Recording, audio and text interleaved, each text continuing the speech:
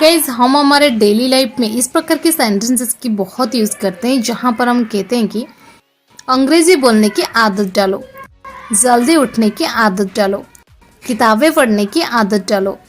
Guys इस प्रकार के सेंटेंसेस को हम इंग्लिश में कैसे कहेंगे, इसके लिए कौन से स्ट्रक्चर की यूज़ करेंगे, आज की इस वीडियो में हम सीखने वाले हैं। आपने नोटिस किए होंगे इन सभी सेंटेंसेस में एक चीज़ कॉमन है, वो है आदत डालो या फिर आदत डालना।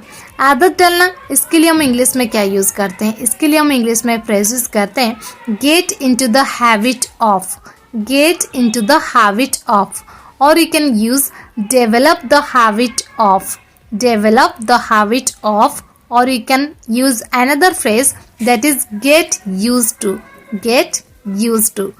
चलिए इसका कंप्लीट स्ट्रक्चर देख लेते हैं। स्ट्रक्चर में पहले आपको यूज कर देने gate into the habit of, या फिर डेवलप द हैबिट ऑफ, या फिर गेट यूज टू। इसके बाद वर्ब के साथ आईएनजी फॉर्म और लास्ट में अदर वर्ड्स। चलिए कुछ एग्जांपल्स लेते हैं ताकि आपको ये स्ट्रक्चर और भी अच्छे से क्लियर हो जाए।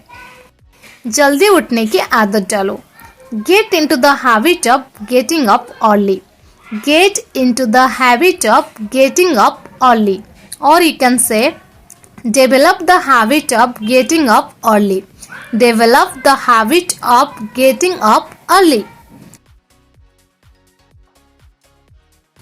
किताबें पढ़ने की आदत डालो, get into the habit of reading books, get into the habit of reading books, or you can say develop the habit of reading books, develop the habit of reading books।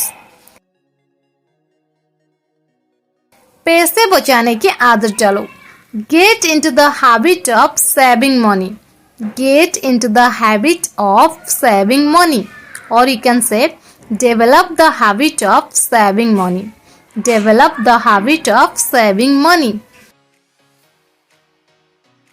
अंग्रेजी बोलने की आदत डालो, get into the habit of speaking English, get into the habit of speaking English, or you can say develop the habit of speaking English, develop the habit of speaking English।